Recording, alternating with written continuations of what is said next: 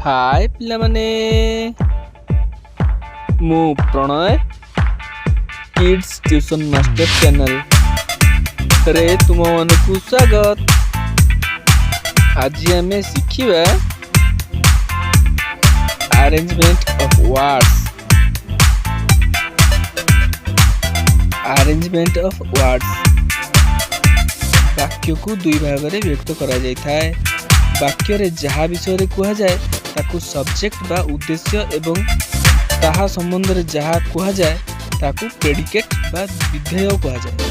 Subject रे noun बा pronoun एवं तार गुण अवस्था प्रकृति को बुझाउथिबा शब्द गुडी को थाए। प्रेडिकेट रे क्रिया वर्ब कर्म ऑब्जेक्ट एवं सेमानकर विशेषण प्रभृति रही थाए। एग्जांपल रे जथा the beautiful rainbow faded away soon. एठारे रेनबो एवं तार विशेषण सब्जेक्ट रे अंतर्गत, फेडेड अवे एवं तार विशेषण प्रेडिकेट रे अंतर्गत। इंग्राजी भाषा रे वाक्य गठन रो केतक साधारण नियम निम्न रे दिया गला। 1 नंबर साधारण सब्जेक्ट क्रिया रो पूर्व रे बसे। A guilty conscience needs no excuse. 2 number object क्रिया रो परे बसे। The lizard catches the fly.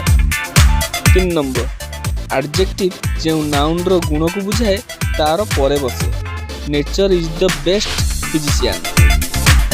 4 number adjective पैराज ठीक नाउन रो परे बसी थाए।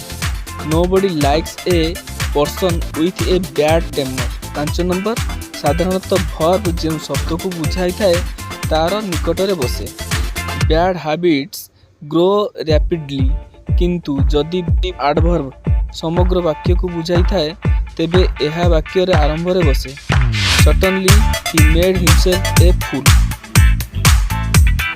क्लॉज बा खंड वाक्य जो शब्द को बुझाइबा पई उद्दिष्ट तार निकट रे बसे। People who live in glass house should not throw stones.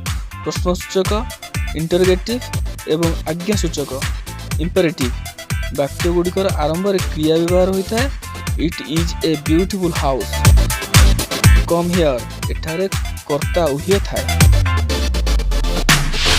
Bye bye पिला माने आउ थरे भेट हेबा एक नुआ वीडियो रे।